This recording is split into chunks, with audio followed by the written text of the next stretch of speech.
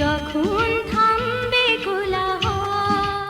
বাংলাদেশের সঙ্গীত জগতে এক অমূল্য রত্ন, কিংবদন্তি শিল্পী রুনা লায়লা, যার সুরে মুগ্ধ হয়েছে প্রজন্মের পর প্রজন্ম।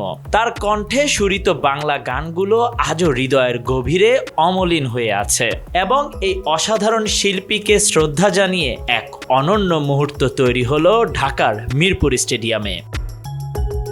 এদিন বিপিএল উদ্বোধনী মঞ্চে পাকিস্তানি সঙ্গীত শিল্পী রাহাত ফাতে আলী খান যখন গাইলেন রুনা লায়লাজির সুরে বিখ্যাত বাংলা গান ভালোবাসা আমার পর হয়েছে, তখন স্টেডিয়ামে উপস্থিত দর্শক শ্রোতাদের চমকে যাওয়ার মতো এক অসাধারণ মুহূর্ত তৈরি হয়। এই গানটি, যা অরিজিনালি রুনা লায়লার সুরে কবির বকুলের লেখা এবং রাজা কাশিফের সঙ্গীত আয়োজনে তৈরি হয়েছিল, এক বিশেষ স্থান করে নিয়েছে বাংলাদেশের সঙ্গীত ইতিহাসে। রাহাত ফতে আলী খান, যিনি নিজেই সঙ্গীতের এক বড় নাম, এই গানটির পরিবেশন করে তার শ্রদ্ধা নিবেদন করেছেন রুনা লায়লার প্রতি।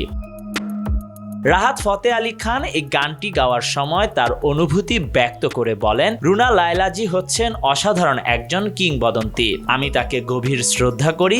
তিনি শুধু বাংলাদেশেই নয়, পাকিস্তানেও অসংখ্য মানুষের প্রিয়। তার সুরে গান গাওয়ার অভিজ্ঞতা আমার জীবনের একটি সুন্দর অনুভূতি।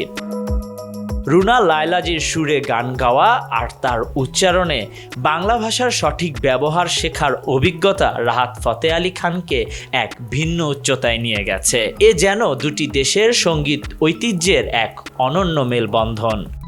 Khandakar Ishtiaq, news now 24।